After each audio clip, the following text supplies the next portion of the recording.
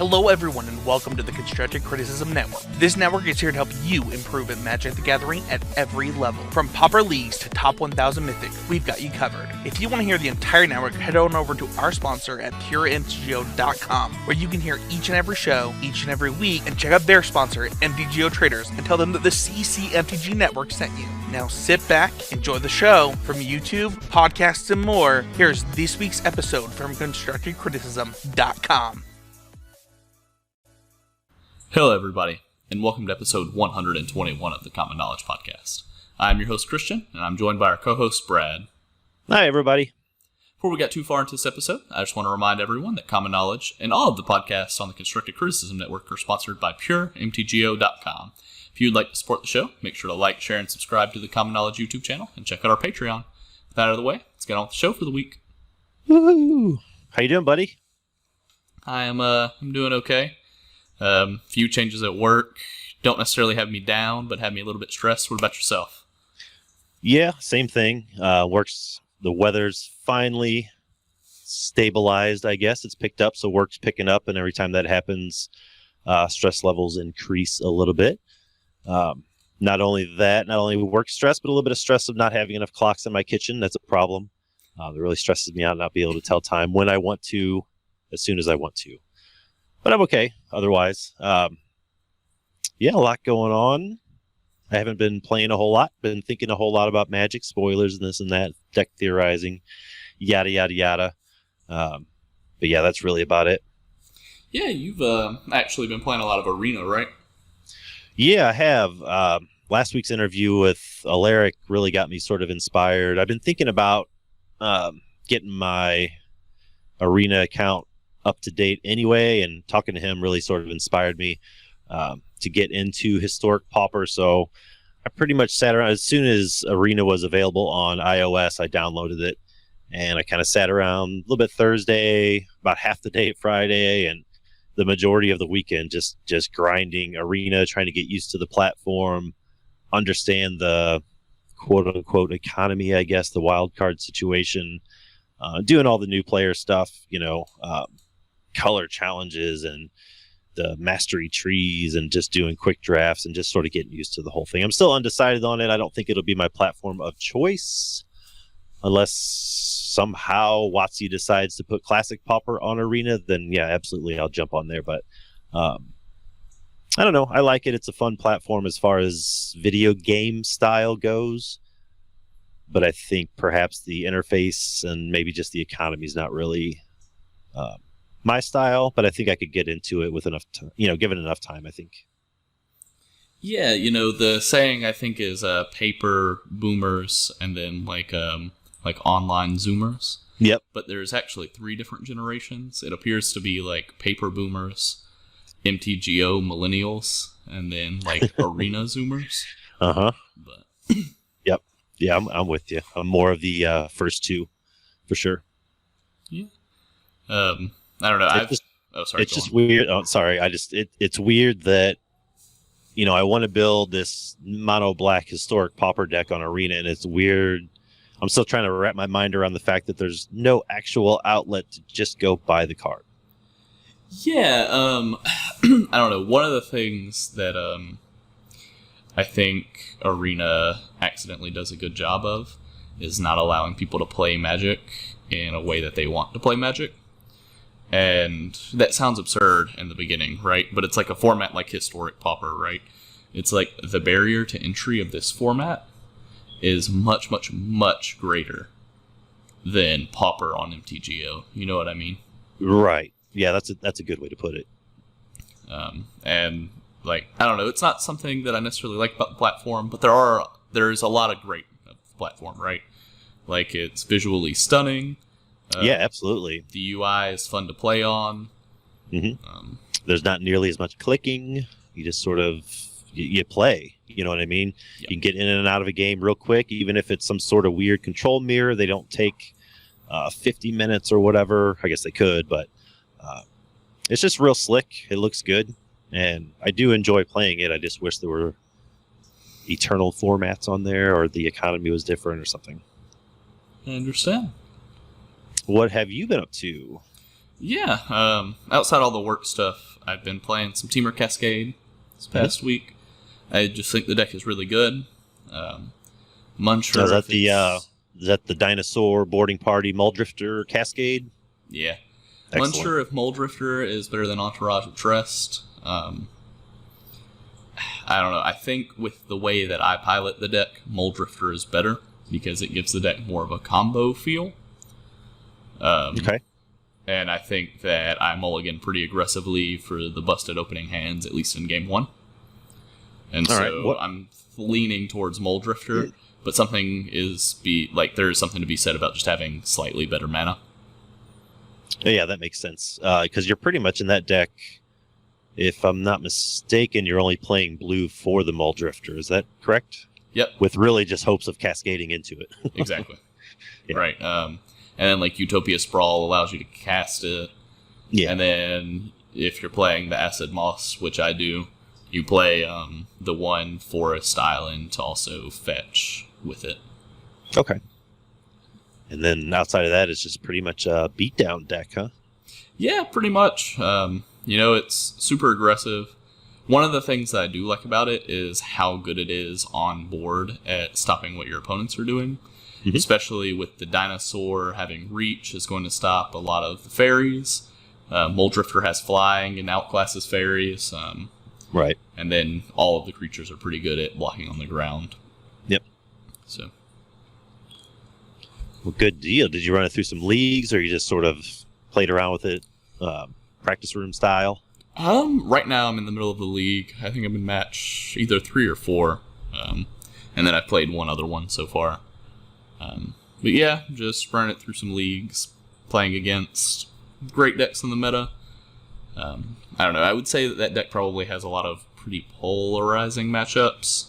Mm-hmm. Yeah, I would think. I kind of think that about all the big Cascade decks right now. Yeah, I will say a really interesting one that I didn't think was going to be that interesting is Burn. Really?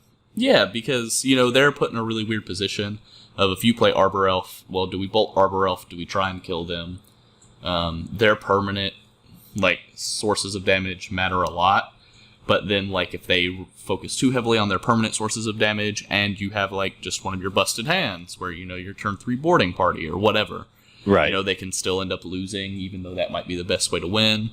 And then it's we're going to they have to do a lot of the math of, all right, I'm going to bolt boarding party, and that's going to save my opponent 3 damage, but ultimately that's better, and oftentimes it is better.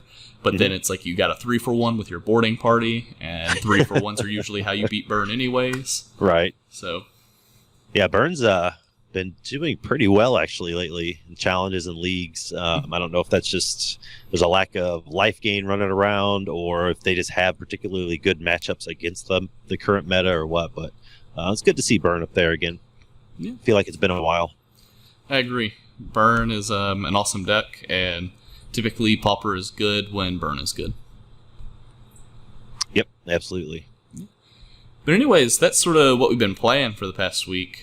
What's our main topic going to be this week? I haven't even read the show notes. You haven't even read the show notes? Well, that's okay. I just put them together an hour ago. Our main topic this evening was brought up on the Discord. We threw it out there, see if there was anything anybody wanted to talk about, or wanted us to talk about. And LJ No Feats on the Discord threw out the topic of sideboards. What do you think about that one, Christian? Yeah, sideboards are awesome, and they exist. Yep, they are a thing. That's it. That's the show. Yeah, more seriously about sideboards, the first thing that I want to say before we actually get into talking about sort of the meat of it is it feels like sideboards are pretty rare, right? And one of the things that make Magic, in a lot of other gaming systems, and correct me if I'm wrong on this, it seems like a popular way to host tournaments is people bring multiple decks, and decks are banned, and you strategize with your deck to beat your opponent. I can't think of too many games where there's an extra pool of cards you dip into after the first game is played to change the game completely. Right. Yep, I think that's a good way to put it. To be fair, at least, excuse me, on my end, Magic is really the only card game I dove headfirst into. I dabbled in other ones, but not at all competitively. So I'm not sure if any of them really use a sideboard. But yeah, you're right. For the most part, I think it is a unique feature. I think a lot of people study sideboards. Like that's their. Some people are good at building a deck. Some people are good at crafting sideboards for metas. And I think that's a lot of. I don't want to get derailed here like I normally do, but I think that's a lot of benefit from having a team of players you can surround yourself with, because everyone else has a little bit different input, a little specialty, that sort of thing. Yeah, I definitely agree, right? Like everybody's going to have different opinions on how to attack the meta and stuff like that. Mm-hmm. And oftentimes one of the main things that we talk about is, well, what's in your sideboard? That appears to be most Magic players either first or second step in attacking a meta. First step might be, what deck am I playing? Then second step is, well, what's in my sideboard? Yep, absolutely. Even when you meet someone you've never met before at the LGS, and you're just talking about Pauper, and you're like, oh, what do you play? And they're like, oh, I play Burn. You're like, oh, okay. What do you run in your sideboard? Like, it's just part of the conversation. It's not super secret tech or anything like that. It's just a natural progression it's just an extension of the deck, just kind of like it should be. Yeah, and, that's, if you're like me, you go to your LGS and you're like, what do you play? Guy's like, I play Burn. You're like, man, you're the second guy I've heard saying he's playing Burn today. And then you put 4 anti-Burn cards in your sideboard, call it a day.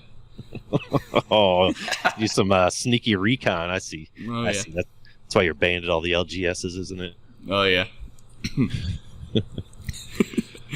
Yeah, I think we may have actually answered a lot of our first little talking point on sideboards, but just to rehash the notes a little bit, what is a sideboard? It's basically, like you mentioned, it's an extra set of cards. It's an extra card pool, 15, as a matter of fact, in Magic the Gathering, that are used, I'm going to butcher this, I'm sure, but they are used to help fine-tune your deck in a given match against your opponent. Yeah, so, after the first game, someone won, someone lost, but both players are going to go into their extra 15 cards and can swap out their 15 cards for any of the 60 plus in their deck to make the matchup not necessarily better or worse, although you hope better, but definitely different. Yep, definitely different. Try to hit them with something they're not quite expecting. Some matchups, you may not have anything in there. You may not end up sideboarding out any of your main deck and just roll with it. Sometimes it's one card. I've been known to sideboard out 8, 9, 10 cards at a time.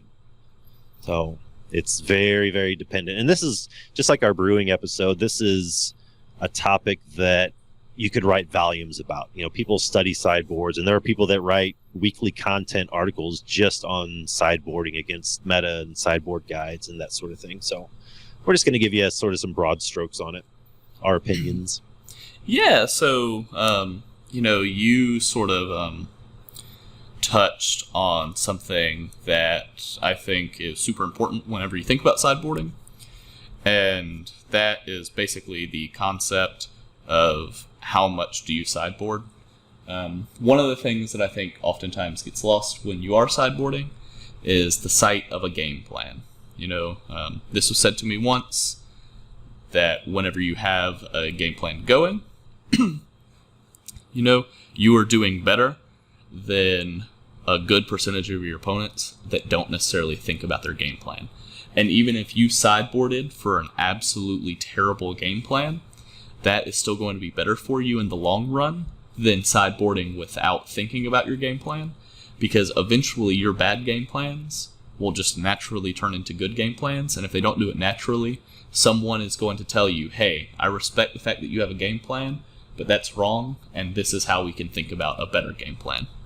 Yeah, I think that's a good way to put it.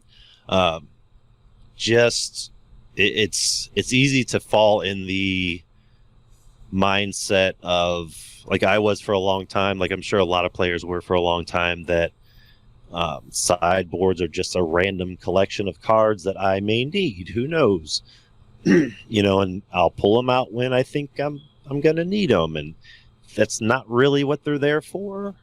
Yeah, they need to kind of go with the strategy of your deck, with the core strategy of your deck. Yeah.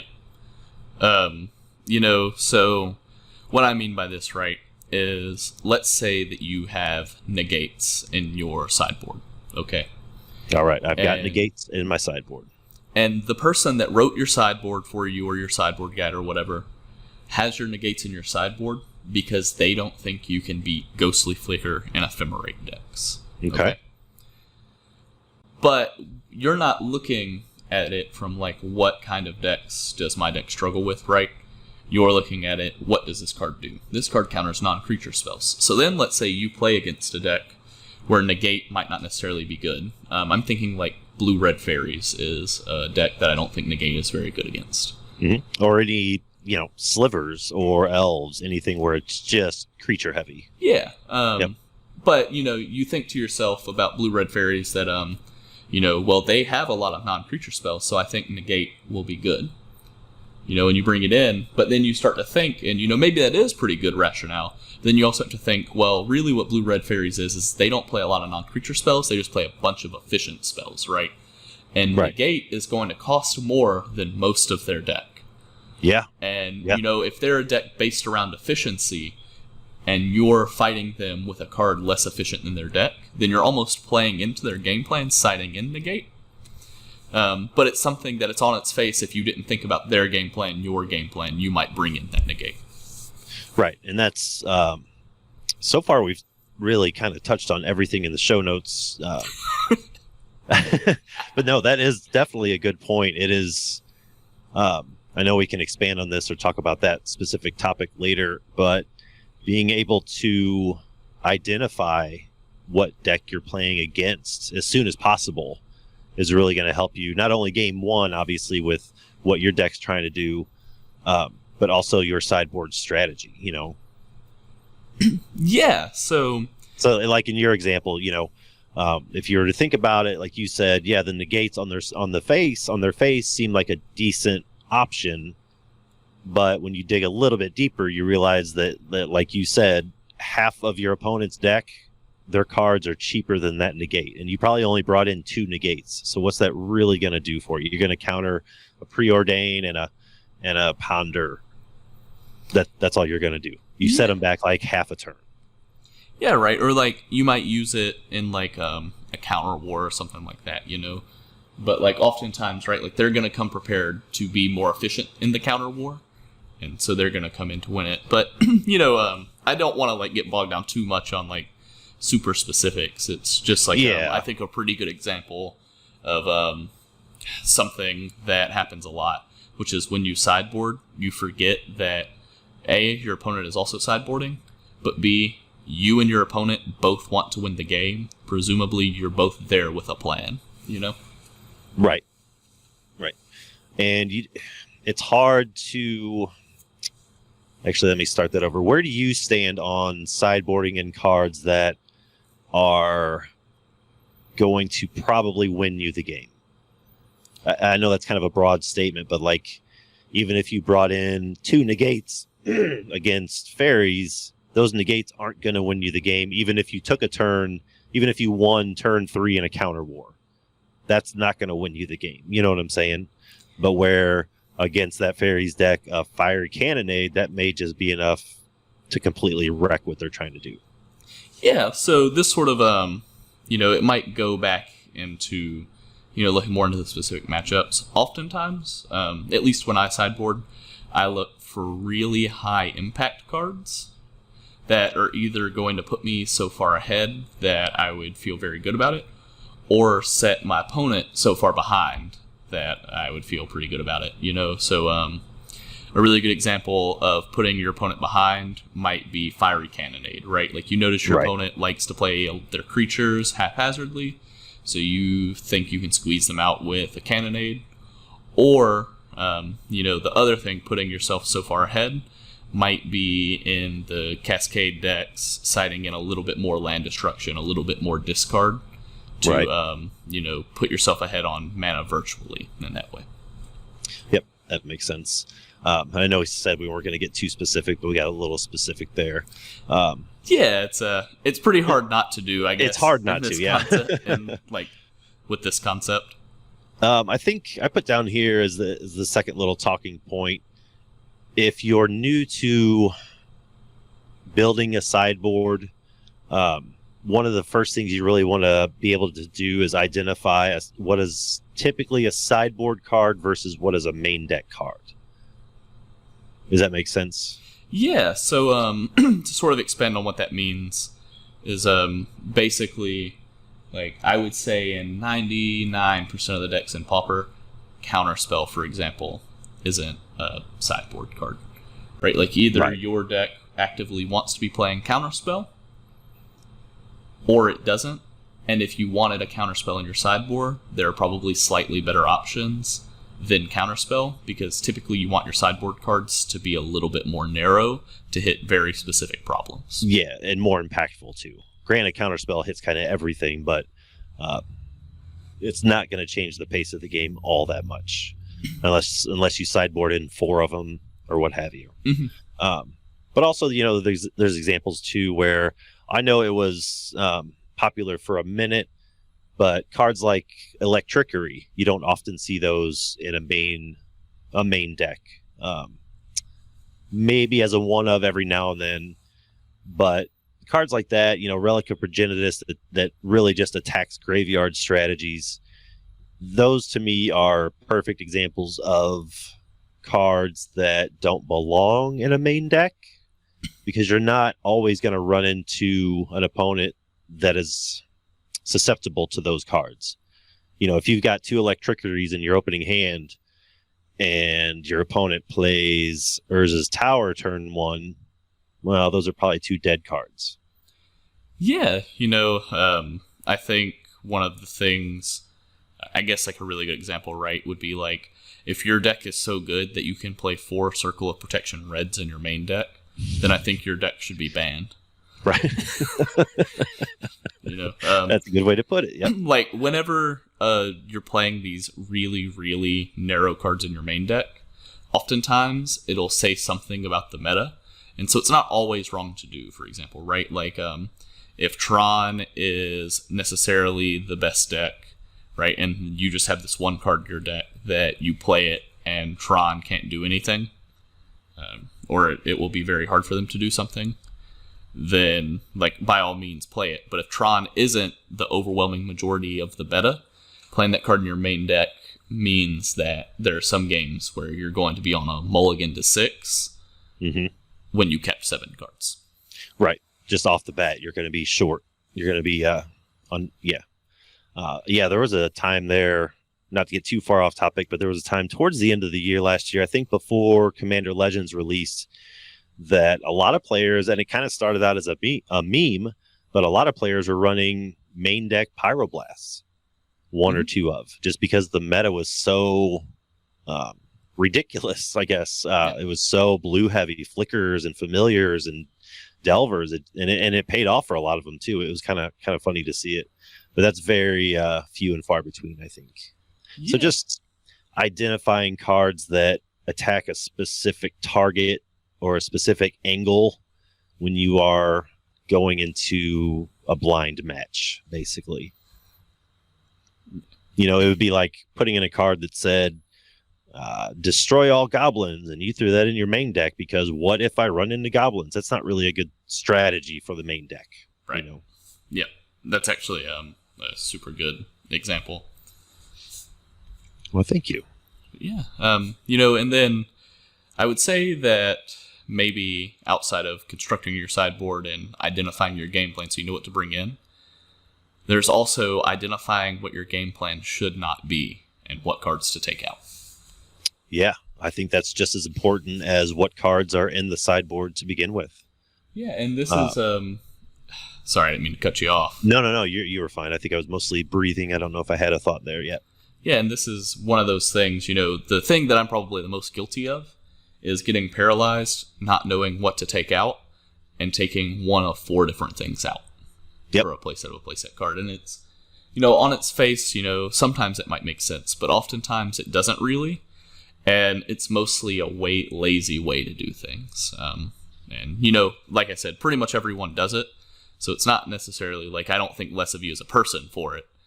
But it's like one of those things, like there are conversations that you could be having. There's thoughts that, you could really be trying to commit yourself to and really thinking about the matchups. And what you'll find in most of those matchups is one of these cards is much worse than the rest of the cards in this deck. And I should be removing them in this matchup. Right. And there is no answer for everything. A lot of it comes down to testing. A lot of it comes down to talking to your friends, the other players, watching games, content, just kind of everything that everyone does in the Magic community. That's where you get all this information from. But yeah, the cards to take out, I often have that same problem. What cards to take out of the main deck for sideboard cards? On MTGO, you have the 2.5 minute timer or 2 minute timer to get your sideboard submitted. I'm sitting there sweating at 15 seconds left, and I still have 62 cards in my deck, and I'm not sure what to take out. Hell, I've ran with it before just because I get so up in my head about, well, what if, on the 2% chance that they cast this card that I know they only have a 1 of, I'm going to need this sideboard card. And it's really easy to talk yourself into that. But yeah, just try not to do that, I guess. I don't know how else to say that other than just practice it and be confident in your picks, resolute. Yeah, definitely. One of the things, I guess, is whenever you're identifying game plans of like what your game plan should be for what cards you need to put in your deck, oftentimes what you take out is geared towards what cards is my opponent going, like what's their game plan going to be. Mm-hmm. So, for example, oftentimes whenever I play against Blue-Black Delver with the Temur Cascade deck, I'll notice that they take the game plan of aggressively killing Arbor Elf and stuff. Sure. Yeah, you kind of have to. That it comes in with a bullseye on it. And so I think a lot of people would go, well, if they want to be killing the Arbor Elf, I'll be taking it out. But really, I might just side in some of my cheaper threats and take out my more expensive threats. And the reason is because I want them to use the removal on the Arbor Elf. But then because I don't have the Arbor Elf to play my expensive stuff, I'll just play my slightly cheaper stuff that's still good. Right. So you may win a turn slower, but your game plan is still your game plan. Right. So I might trim on the Dinosaur and Mole Drifters and like bring in just like a good 4-drop or a good 5-drop, Right. Yep. Yep. I think that's that is a really good skill to have too, just knowing I know it's kind of next level sideboarding or what have you, but not only understanding what cards you need to bring James earlier, what deck your opponent's on and what they could possibly be bringing in or out as well, because that will affect not only your line of play, not only your strategy, but what you're going to sideboard as well. Yeah, and I know that we're planning on talking about this a little bit more in depth later, so I'll only touch on it. This is like one of those times where you can really utilize your local meta. Like go after you play your match, whenever you play your next FNM, whether that's 5 months from now or tomorrow, depending on where you are. Yep. After you finish your first match at your next FNM or whatever day they do Pauper, look at your opponent and go, hey, do you mind if I ask you how you decided to sideboard for this matchup? Mm-hmm. And your opponent oftentimes will go, no, I don't mind. And they'll tell you what they did and then start asking them why, because then you're doing one of two things. You're learning really, really good information from your opponent that's going to help you understand the meta more and understand how maybe you should be sideboarding for the matchup. Right. Or you're helping your opponent learn to be thinking about this sort of thing. There have been times where I've gotten really, really good information from my opponents at something like an FNM. Yeah, where sure. It's like, man, I never thought about the matchup in that way, and that's really smart. And then there are other times where I've asked my opponents, why do you sideboard this way? And they're not really sure why. And then we get to rationale what might be better. And then, oftentimes then you can offer to do the same for your opponent, and they can critique what you are doing. And, so long as they say that it's okay and you're not forcing that on them and they're not forcing anything on you and nobody's being rude about it, oftentimes it's a great learning experience for both players. And even players that are really good can learn something from you, and players that maybe aren't as good as you can teach you stuff, especially in a situation such as that. Yeah, absolutely. I mean, if there's two things that Magic players love, it's talking about themselves and learning new things. Yep. So I think that accomplishes both. And you're absolutely right.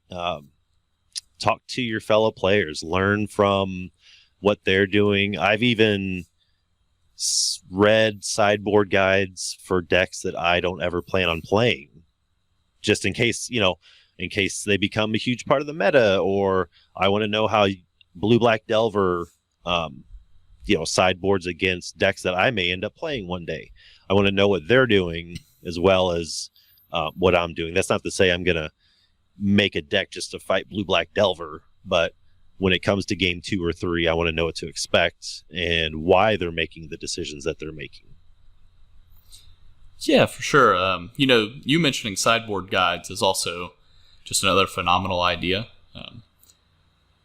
Just write a sideboard guide. Even if you're not taking it to a tournament and you're just running it through the practice room or playing in leagues, taking that stress off of yourself and giving yourself 20, 30 minutes to think about it is just so relaxing. To go into the matchup and going, okay, this is my general sideboard guide, and doing that, and then you can think, and have I noticed anything else that might change this a little bit? But you've already done a majority of the legwork if you have the sideboard guide. Right. Now, just in case that went past a few people, typically a sideboard guide is going to be, like mine personally, it's either a little notepad on my phone or a written piece of paper. It's, for me anyway, it's written kind of like a to-do list. It's not prose. It's not some, masterwork of nonfiction or anything like that. It's literally just a list, 10 decks that I think I'm going to face, or, if I'm at my LGS and I know who's going to be there that night, I know what decks they play, so I can list that out specifically. But, let's just take Burn again, for example. If I'm playing Burn, I'll have a sideboard, a personal sideboard guide that says, number 1, I don't know, mono white heroic. Take this out, put this in, game 2 or whatever. Take this out of the main deck, put this in from the sideboard, that sort of thing. It's literally just plus this card, minus this card. And that's all you got to do per matchup. Yeah, that's pretty much the beginning and end of it. I've seen other players and have been advised to also maybe in parentheses or somewhere off to the side of each matchup, write what they could be bringing in, just to keep your mind on what their game plan is going to be for games 2 and 3. Oh, what the opposing deck could be bringing in? Yeah, so you might hop on Goldfish and you go, what's the most popular sideboard cards? And you think to yourself, what are they likely to bring in against me? Right. Yep. And that's going to really help ground the matchup, especially in games 2 and 3. Yep, and it doesn't have to be anything crazy. Just be a little list, just something. It could be written in shorthand, however you want to do it, whatever makes sense to you. But that's basically what I know. When I first started playing, the terminology sideboard guide was really sort of intimidating until I read a couple of them. And I was like, oh, okay, that's pretty much what I kind of try to keep track of in my head. It's just easier to have it written down at some point. And, you said something. I don't think this is what you just said isn't necessarily stuck to this topic. Magic is really intimidating.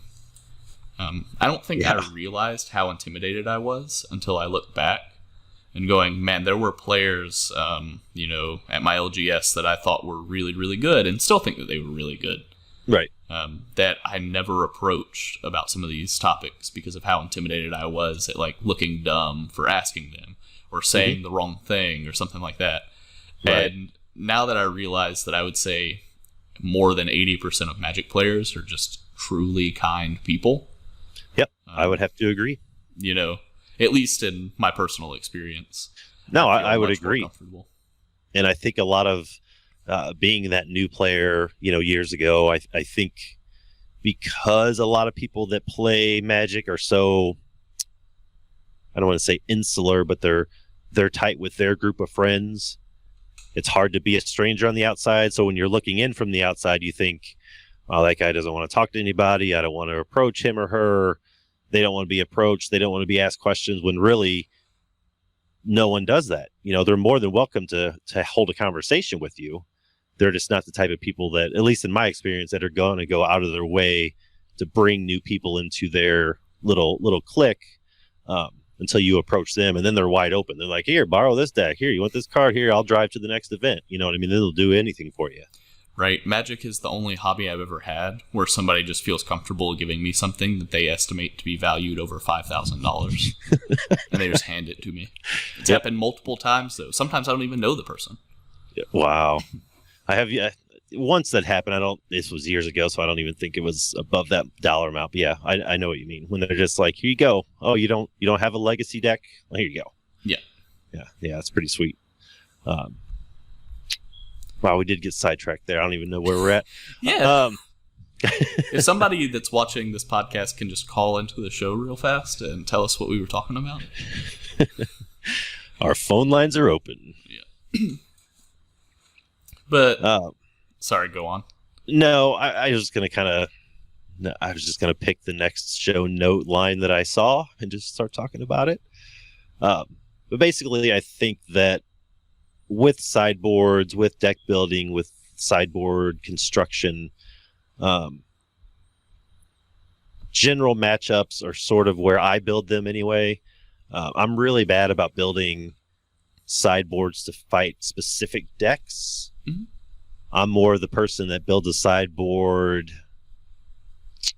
to fill the answers or to fill the voids that the original 60 cards is missing or is short, if that makes sense. Yeah, and sometimes that's a really great way to do things. You have actually in our show notes that if there's like a specific archetype you're gutting for, basically like you need to think about, is your deck already good against that deck? Might be the first place that I start. Yeah. You see this a lot where people are like, man, Tron is the best deck in the format. I need to put a bunch of cards in my sideboard for Tron. And it's like, oh, what deck are you playing? And they're like, green, red, land destruction. Well, you are naturally good against Tron. Yeah, and it's like, I agree with you. Tron is a really good deck, and it's the most popular deck right now. Or at least sometimes that's the case. Right. But if you're playing the land destruction deck that's also has this aggressive creature game plan, you might be okay. And, you might be just fine. Right, but then sometimes you do need to go hyper-specific into archetypes. And, you do. Oftentimes when you do that, a good place to start is, can I sideboard in a card that has implications on that matchup that's also good in other places? I think the classic Pauper example is Hydroblast and Pyroblast, where it's like, I want to fight, usually it's either Tron or Fairies, but then like those cards oftentimes are going to hit Familiars, and they might hit Mono Blue Aggro and stuff like that. Hit a Ninja, a Ghostly Flicker, or who knows. Right. I think that's a very good point too. Or there's some, just as much as there are archetype and main deck staples, there are sideboard staples in just about every color. I think you hit on the biggest two. Hydroblast, Pyroblast, or blue and red Elemental Blast. Those are generally going to be at least two of, if you're playing those respective colors, I would think. Yeah, generally speaking, I would agree. Another really big sideboard staple is probably going to be like Relic of Progenitus. At this point in time, I think Fiery Cannonade is also pretty much there. Yeah, I would agree. I think what I was trying to say earlier when I started this particular topic is sort of how do you sideboard online and how do you sideboard at your local shop? Like for me, if I'm going to my local shop and we're in the world 2 years ago or a year from now or whenever it may be, I know that when I go on a Saturday afternoon, there's going to be at least one Slivers and there's going to be at least one Boggles, and it's going to be the whole event, whether there's 6 people or 18 or 24 people. I know my shop, I know my local meta is going to be 80 to 90% aggro. So I know exactly what I need to put in my sideboard. Whereas when I play online, even recently with Arena or what have you, but mostly MTGO, I'm pretty, I don't want to say lost, but I feel like sometimes like 15 cards just isn't enough. Yeah, so definitely online, I think your sideboards need to be a little bit more general, good against the entire field. But also maybe not. There is definitely the thought that, I'm going to play a really good deck, and then my sideboard is going to be tailored to beat one or two matchups. And I'm going to go into this challenge knowing that I'm going to beat those matchups, and I'm probably going to win the matchups that my deck is good against. And if I hit one or two matchups, I'm going to be sad. Right. And, yep. they're... Sorry, go on. You're sometimes your best sideboard option is just fingers crossed that you don't run into those matchups. Yeah, and for your example that your LGS is 90% aggro, I will say I think a lot of people would think that that's straightforward. I'm not so sure that it is, because a thought process that you could have if you're looking to attack your LGS is instead of building your sideboard to beat aggro decks, you could just bring a deck that you think is good against aggro decks, like for sure, maybe Pestilence with a little bit more removal, and then your sideboard tailored to beat control decks. Yep. Yeah, absolutely. That's another way to think about it. I typically bring the same deck, or used to bring the same deck to the shop every Saturday. It was my white black night sky mimics sweet ass brew, but it was always terrible. So I had to sideboard well if I was going to win any games at all. So that's where that came into play. But I think it's just, and that was quite a shock going from mostly or 100% paper play to all of a sudden having to play. If I was going to play Magic, I had to do it on Magic Online. And it's such a different, not just the meta is different, but it's such a different style of gameplay, even though it's the same format, if that makes sense. Yeah, no, for sure. There's just as many brews, but it seems like even those brews are a little bit more put together. And, I think oftentimes that's because they're really great communities online. A lot of good teams. The Discord servers, podcasts, content creators, all that good stuff. And you got to figure too, if you run into a brew locally at your shop or at your neighbor's house or your buddy's house, that brew has probably been tested 5 times maybe. But you get online and Snapbolt or Oliver or David Royale, he's probably tested that brew in 100 matches. That's the most fine-tuned brew, or that's the most fine-tuned that specific brew is gonna get. So you're gonna see the best version of it. Mm-hmm. So, yeah, for sure. I think we've pretty much touched on all of the basics. There's one, I guess, that we didn't really touch on, and that's sideboards that aren't really sideboards. Yep, sideboards that are like another little miniature deck. Yeah. You mentioned Snapbolt Games. He had the mono blue mill deck that morphed into like a really aggressive deck. Mm-hmm. Yeah, it was really sweet. I think I have the screenshot still on my phone. I'd like to try it either online or put it together in paper. But it's transformative sideboards, and it was a pretty standard mono blue mill deck. Everything, Jace's Phantasm, it ran all, Jace's Erasure, all that kind of stuff. And then he had the exact amount of cards in his main deck. Well, let me start that over. He had all 15 cards in his sideboard were 15 cards pulled directly out of mono blue aggro. So on game 2, he could take those 15 cards, pull out 15 mill cards, and now for game 2, all of a sudden he's playing mono blue aggro instead of mono blue mill, which means his opponent was sideboarding to play against a mono blue mill deck, and all of a sudden there's ninjas and there's spell stutters and there's fairies, and where the hell did they come from? Yep. It can be pretty brutal if you pull it off correctly. I've seen our buddy on Twitter, OwlX, he has brewed up, I think he's been working on it a while. It's a mono red land destruction deck that transforms game 2 into a burn deck. Mm-hmm. It's just, you could go down that rabbit hole pretty deep, but that's sort of in its own little sideboard category. Yeah, it's something that's really difficult. It's not common, and oftentimes it's really is deck specific on when do you do it, when do you leave your deck as is. It's like you said, that in of itself is its own like episode for one specific deck. Right, absolutely. Yeah, you have to be really familiar with a specific or two specific decks in order to sort of mash them together, or you got to have a really cool idea and get really lucky. One of the two. Yeah. But for me, I feel like I touched on everything that I wanted to touch on, sideboarding intro. Is there anything else that you wanted to mention or bring up? I don't think so. Anything else? I mean, I know we kind of jumped all over the place. I feel like anything else we'd bring up on this topic would just be more in depth than we plan on going this week. This can definitely be a topic for another show or what have you. Get more specific into it, but just sort of wanted to give an overview of what sideboarding is, generally how to do it, what to look for, that sort of thing. The biggest thing that I've found to get better at sideboards or sideboarding is just test. Just sideboard every time you get the chance. Think about matches, read about matches. If you're one of those people that like to watch replays of games online, try to not just pay attention to the game, but look at what the player 1 and player 2 does after their sideboard. What did they bring in? What was their matchup? That sort of thing. Just dissect that part of the game, if that's something you want to get better at. Yeah, for sure. I guess with that out of the way, though, we can go ahead and head into our Q&A portion.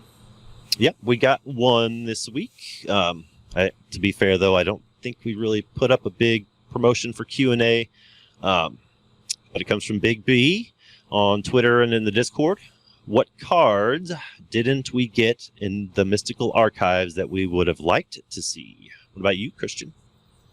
Yeah, so you put the one that I was going to put on the list, Exhume. Okay, I think that would have been an excellent choice. I would have loved to see the art for that. Yeah, because, Exhume is a card that I think is awesome, and then also that card has a chance to just have so much flavor. Yeah, it really does, and it's just the going off the existing art for it and what the spell does, it just feels very ancient. These spells are supposed to be original Magic spells, or spells from the very first time they were cast, sort of thing, and that just feels like a very primal sort of Magic spell. So that would have been really cool to see, I think. Yeah. What about yourself? I guess technically I put 3 of them on here, but we shared one of them. The first one I thought that came to mind was Hymn to Turok. I think I would just love to have a Mystical Archive version of Hymn to Turok just in my collection. Okay. I don't really have a deck that plays it, or I don't play a format that's legal in, but I've always loved the card. I think the art would probably end up being pretty neat.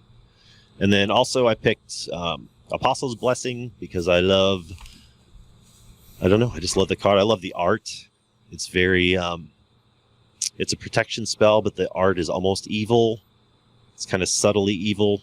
I don't know. I think it's cool. I run that card as much as possible in as many different decks as I possibly can. So that'd have been pretty sweet. Apostle's Blessing is the quintessential Brad card. Yes, I think it is. Yep. All right. Well, that's going to do it for this episode of Common Knowledge.